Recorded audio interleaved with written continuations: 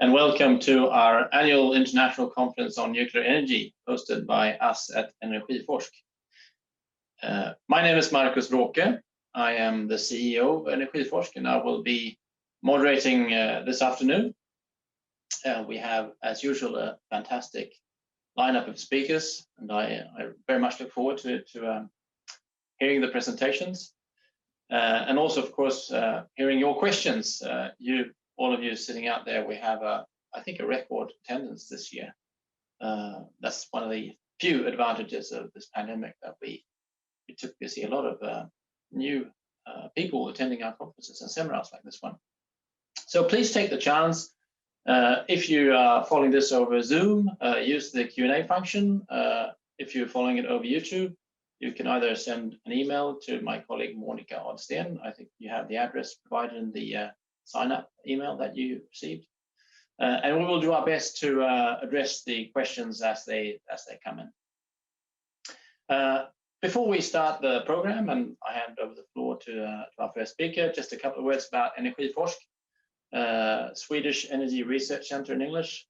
We are a non-profit, and we initiate, manage, and mobilize resources for energy research in wide sense. So we work with all technologies that can make a positive contribution to the energy transition, including nuclear. So we, in the nuclear field, we work with safety and support and issues that are related to maintaining and ensuring the cost-efficient and safe managing and operation of the current fleet of reactors. We also do a lot of forward-looking scenario work at Energiforsk, looking at the role that different technologies can play in the future energy system. And as I'm sure most of you are aware, of course, the future role of the existing nuclear fleet and the existing nuclear technologies that we already have in place are uncertain. That the future looks uncertain, and depending on who you ask, you get different opinions on the costs and the performance of those technologies.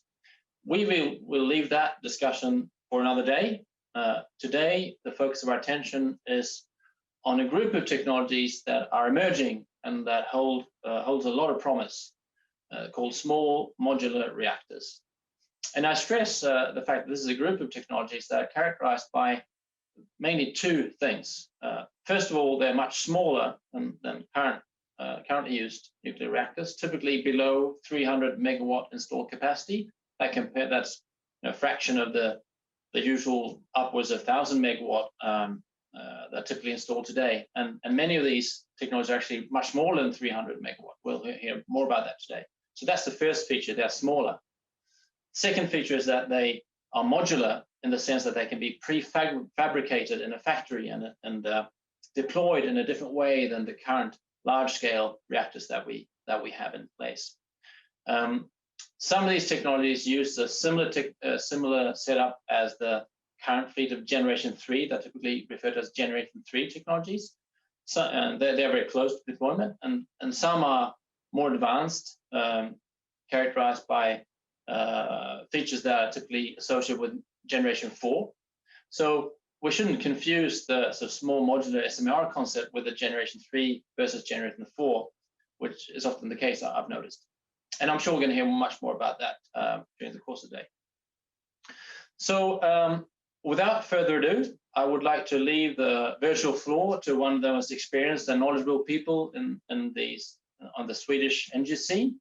He's a senior vice president of generation at Vattenfall, Mr. Torbjörn Wahlborg. I think and I hope that we have you on the line. Do we have Torbjörn with us? In 2 seconds. Let's see. No.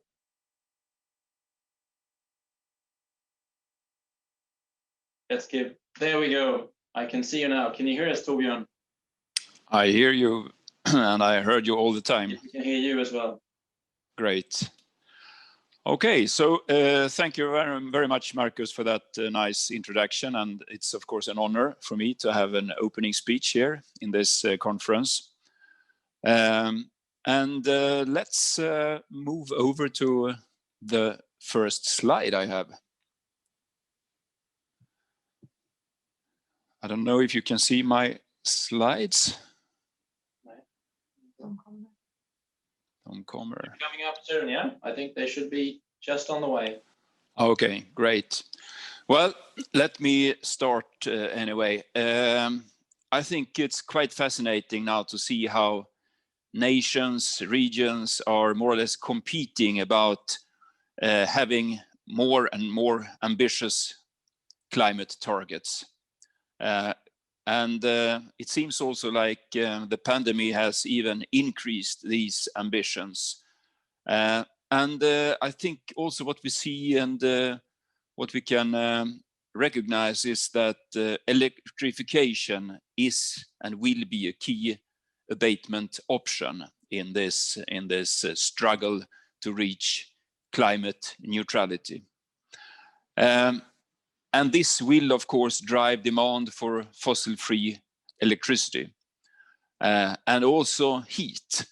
We tend to, maybe especially in the Nordics, forget about the heat sector, which is even bigger than the electricity sector in many, many countries. It will also put a stress on grid capacity. So it's not enough just to deliver the production that is necessary. We also need to think about the grid capacities. Well, what will this lead to then? In Sweden today, we have an annual consumption on roughly 140 terawatt hours. And we are now, and not only in Sweden, but I would say in most countries, we are now updating our demand forecasts, and we are doing it more or less on a weekly basis.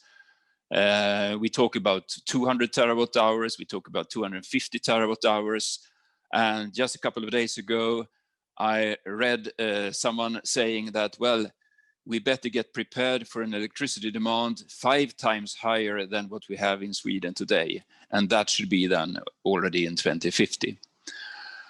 I'm convinced that in order to cope with this demand increase, doesn't matter if it's 250 or 500, or maybe even more, we will need all the different fossil-free production sources that we can get. So we will need hydro, we will need nuclear, and we will need wind.